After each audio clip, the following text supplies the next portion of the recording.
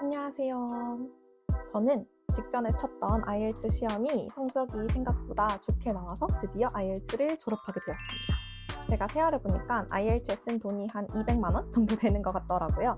그래서 오늘은 IELTS에 200만 원 쓰고 제가 깨달은 모든 것들을 좀 탈탈 털어보는 시간을 가질까 해요. 일단 제 상황 그리고 제 점수 변화에 대한 소개를 먼저 하고 학원을 추천하는지 독학을 추천하는지 이것도 한번 설명을 드려볼까 합니다. 그리고 전체적인 공부 방법을 한번 설명을 해드리고 영역별 꿀팁을 소개해볼 예정이에요. 마지막으로는 이제 목표하시는 점수대에 따라서 교재까지 한번 추천을 해볼 테니까 끝까지 한번 봐주시면 감사하겠습니다. 먼저 제 소개를 하자면 저는 영국 석사 유학을 준비 중이어서 일단 지원하기 전에 IELTS 시험을 한번 쳤었어요. 그때는 오버롤 6.5가 나왔고 지원하는 데까지는 무리 없는 성적이었습니다. 제가 한 4-5개 학교를 원래 지원할 예정이었는데 일지망교 빼고는 나머지는 다 오버롤 6.5로 전체적인 조건이 충족이 됐었어요. 그런데 제가 예상치도 못하게 일지망 학교에서 바로 컨디셔널 오퍼를 받은 거예요. 근데 이때 컨디셔널 오퍼의 조건이 네가 IELTS 성적을 7.0까지 올려와라 였기 때문에 그때부터 다시 두 번째 IELTS 시험을 준비하게 됩니다. 그래서 시험을 총 2번 쳤잖아요. 그래서 30만 원, 30만 원, 60만 원이 나갔고 두 번째 IELTS 시험 때는 빨리 합격하고 싶어서 학원에 등록을 했어요. 학원비가 한 100만 원 조금 넘게 들었던 것 같고요. 그리고 또 독학할 때는 교재도 다 제가 샀었기 때문에 이 교재비와 공부하면서 다녔던 뭐 스터디 카페나 일반 카페나 뭐 교통비까지 하면은 200만 원이 훌쩍 넘겠더라고요.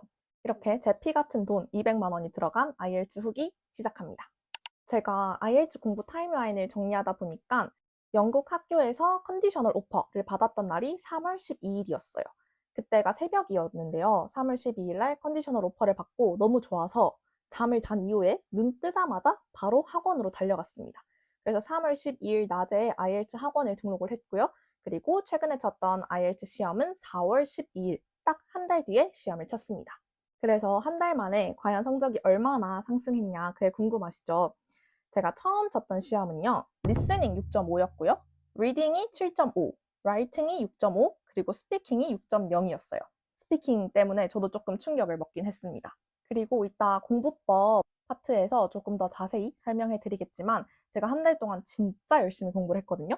그래서 그 이후에는 성적이 어떻게 되었냐 하면 리스닝이 8.5, 6.5에서 8.5로 올랐어요.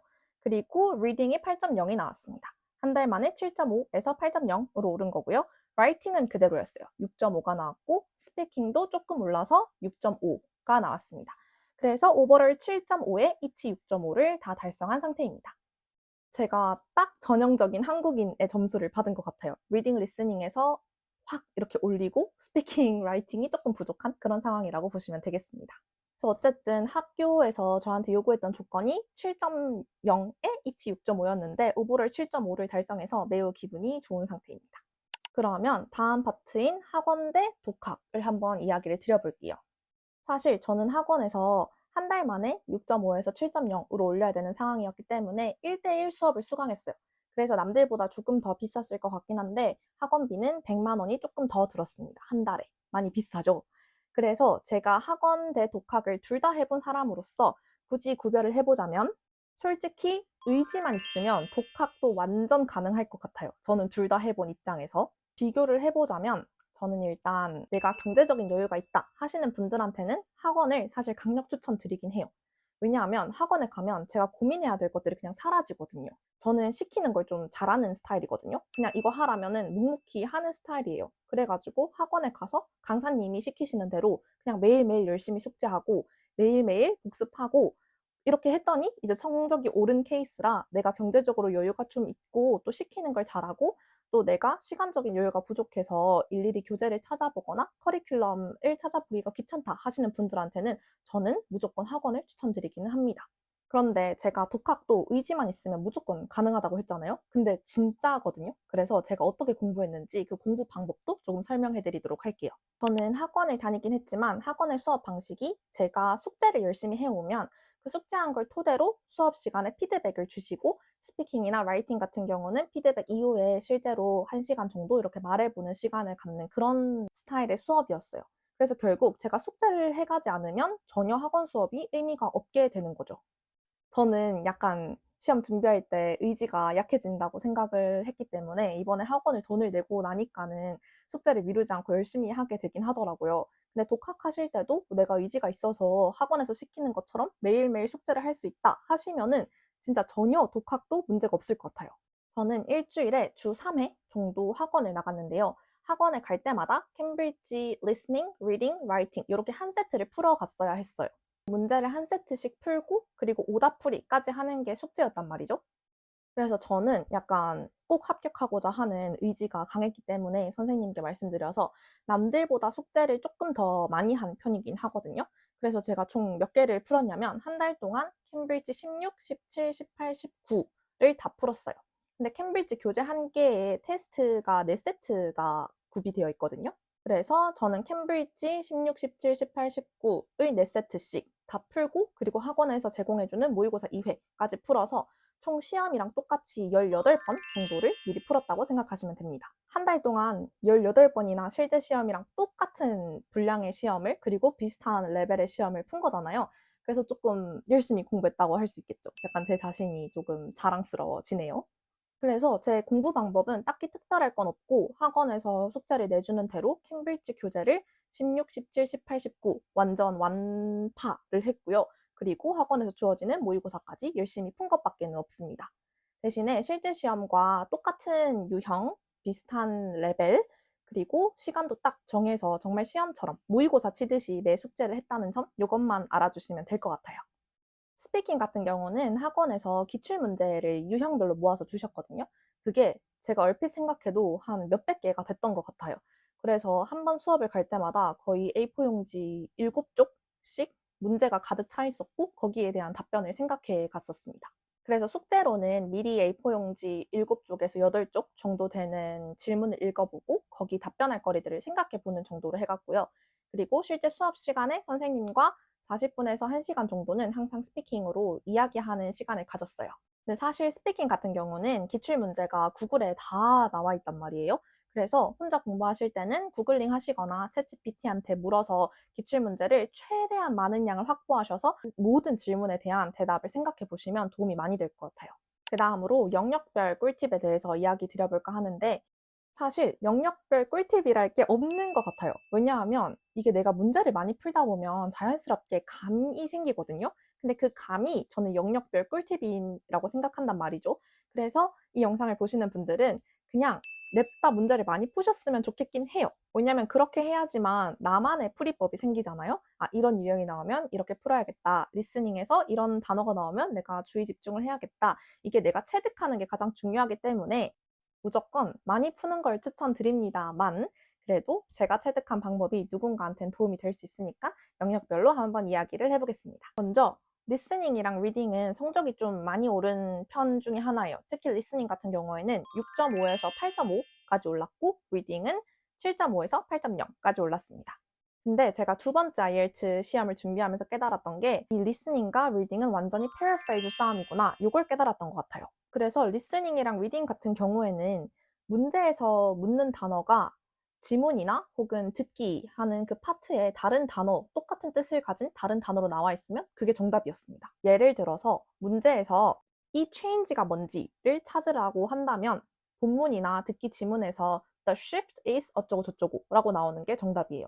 왜냐하면 change와 shift가 뜻이 같은 유의어잖아요. 그래서 이런 식으로 단어를 많이 알고 있는 것도 중요하고 그리고 그 단어를 딱 캐치할 수 있는 능력도 중요한 것 같아요. 그리고 이 리스닝 성적이 단기간에 많이 오를 수 있었던 이유는 제가 문제 사이사이에 주어지는 쉬는 시간에 그 다음 문제를 아주 철저하게 읽으려고 노력했기 때문인 것 같아요. 한 지문이 끝나면 그 다음 지문으로 넘어갈 때까지 몇 초의 시간이 주어지거든요.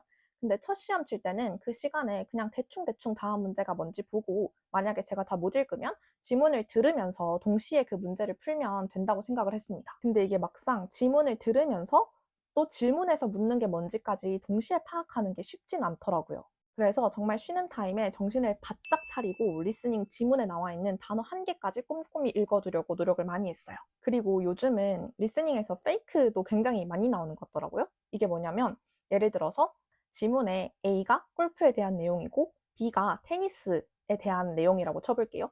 그러면 듣기 지문에서 막 이야기를 하다가 갑자기 골프 얘기를 해요. 그러면은 사람이 본능적으로 아, 골프가 정답이구나 하고 A를 체크해요. 그 A를 체크해버리고 저는 2번 문제를 읽으러 넘어가 버린단 말이죠. 그런데 알고 보면 골프 얘기를 막 하다가 갑자기 테니스 얘기를 해요. 근데 저는 다음 문제를 읽느라 그 테니스에 대한 내용을 제대로 못 듣는단 말이죠. 그러면은 구렁텅이에 빠지는 거예요. 정답이 A 골프인지 B 테니스인지 영원히 알지 못한 채로 그 다음 지문으로 넘어가게 돼요. 그렇기 때문에 요즘은 이런 페이크가 많아지는 추세인 것 같아서 최대한 미리 지문을 꼼꼼하게 읽어두시고 들을 때도 꼼꼼하게 들으시면 더 도움이 될 것 같습니다. 그리고 리딩이 성적이 오를 수 있었던 이유는 딱 한 가지 때문인데요. 근거를 못 찾으면 답을 체크하지 말자라는 원칙을 세웠기 때문입니다. 그러니까 리딩을 풀 때는 본인을 믿지 마세요. 본인을 믿지 말고 무조건 지문을 믿으셔야 됩니다. 대충 아 당연히 이게 정답이겠지라고 하면 다 틀려요. 대신에 지문에서 이 답에 대한 근거가 여기구나 하고 밑줄을 치시면서 푸시잖아요. 그러면 다 맞으실 겁니다. 사실 스피킹이나 라이팅은 6.5밖에 맞지 못해서 크게 조언 드릴 건 없어요. 그렇지만 제 조언이 필요하신 분들도 있으실 테니까 독학을 하실 거면 스피킹과 라이팅은 구글의 퀄리티 좋은 문제들이 굉장히 많이 풀려있기 때문에 굳이 교재를 사진 않으셔도 될 것 같아요. 그리고 특히 라이팅 같은 경우는 첨삭할 때 챗 GPT를 활용하시면 정말 강사님께 첨삭받는 수준으로 첨삭을 받을 수 있을 것 같더라고요. 대신에 GPT한테 프롬프트를 잘 입력해 두시면 더 좋을 것 같습니다. 넌 지금부터 IELTS 라이팅 채점관이야. 그리고 뭐 이러한 조건을 꼭 지켜서 채점해줘 라고 하면은 충분히 예상 점수까지 받아보실 수 있습니다. 스피킹 같은 경우에는 학원에서 거의 기출문제에서 나올 거니까 학원에서 주는 기출문제를 열심히 봐라 라고 말씀을 해주셨어요. 근데 제가 아까 말씀드렸듯이 저는 시키는 걸 굉장히 열심히 한단 말이죠. 그래서 한 문제도 빼놓지 않고 주시는 모든 문제에 대한 대답을 미리 생각을 해봤습니다. 그래서 학원에서 시키는 걸 싹 다 하고 갔더니 파트 1, 2, 3 중에서 파트 2 빼고는 다 제가 미리 해봤던 문제에서 나왔어요. 정말 기출문제에서 돌려가면서 질문이 나오는 것 같으니까 구글에도 그런 문제들 정말 많거든요. 그래서 하나도 빼먹지 말고 연습해 보시는 걸 추천드립니다. 그리고 저 같은 경우에는 회화가 아예 안 되는 경우는 아니었는데요. 이게 플루언시가 조금 괜찮은 편이다 보니까 속도가 빨라지고 속도가 빨라지니까 오류가 따라오는 그런 스타일이었어요. 예를 들면 단복수 오류 같은 거. 그래서 선생님과 연습을 할 때도 조금 속도는 천천히 늦추되 오류를 줄이는 연습을 했더니 6.0에서 6.5로 올랐던 게 아닐까라고 추측해 봅니다. 라이팅 같은 경우에는 기본적으로 문법적인 오류가 없어야 되는 것 같아요. 그리고 주제문 같은 경우에도 살짝 어려운 단어로 paraphrase 해서 쓰는 게 유리할 것 같습니다. 그리고 라이팅은 파트 1이나 파트 2나 종류가 좀 다양하거든요. 뭐 라인 그래프도 있고, 바 그래프도 있고, 다이어그램도 있고. 그리고 파트 2 같은 경우에도 뭐 agree, disagree 각각 써야 되는 것도 있고, 하나의 입장에 대해서만 써야 되는 것도 있고, 또 굳이 agree, disagree가 아니더라도 그냥 특징에 대해서 묘사해야 하는 문제도 있고, 이렇게 유형이 여러 가지인데 저는 모든 유형에 대해서 한 번씩은 써봤어요. 한 번씩은 다 써봤고, 그리고 제가 특히 어렵다고 느꼈던 부분들이 있거든요. 예를 들면 저는 파트 1에서는 정보의 량이 많은 라인 그래프의 그 내용을 요약하는 게 너무 어렵더라고요. 그래서 그런 것도 여러 번 써봤었고, 파트 2 같은 경우에는 both view, 그러니까 두 가지 입장, 두 가지 측면에 대해서 모두 서술해라 라고 하는 부분이 너무 어려운 거예요. 그래서 이 유형의 문제도 아주 여러 번 써보고 갔습니다. 마지막으로 제가 독학과 학원을 모두 경험해본 사람으로서 교재 추천을 드려볼까 해요. 제가 독학할 때는 해커스 교재를 썼었거든요.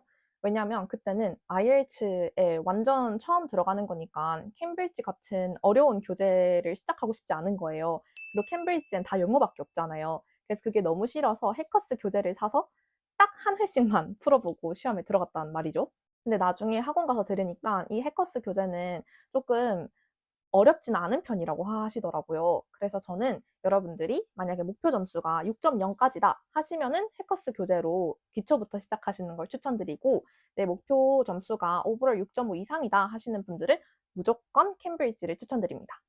그리고 캠브리지도 되게 시리즈가 다양하잖아요. 근데 저는 학원에서 16부터 시작하신 걸로 보아하여 캠브리지 16, 17, 18, 19 이렇게 푸시면 되지 않을까. 아무래도 학원에서 가장 효과 있는 걸 시키셨지 않으실까요? 그래서 캠브리지 16부터 푸시는 걸 추천드립니다. 오늘은 이렇게 해서 IELTS에 200만 원 쓴 사람의 IELTS 탈탈 털기 영상을 보셨는데요. 좀 도움이 되셨으면 좋겠고요. 궁금하신 점은 언제든지 댓글로 남겨주세요. 의지만 있다면 길은 어디에나 있습니다. There's a will, there's a way. 안녕!